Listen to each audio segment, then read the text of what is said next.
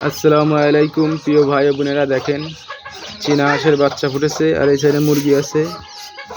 দেখেন অসাধারণভাবে বাচ্চাগুলো নিয়ে বেড়াচ্ছে। দেখেন এইটা হবে মনে হচ্ছে সাদা, আর বেশিরভাগই সব কিন্তু আপনার কালার সাদা কালো, অসাধারণ। দেখেন কি সুন্দরভাবে দেখেন আমার মাদের সাথে বেড়াচ্ছে।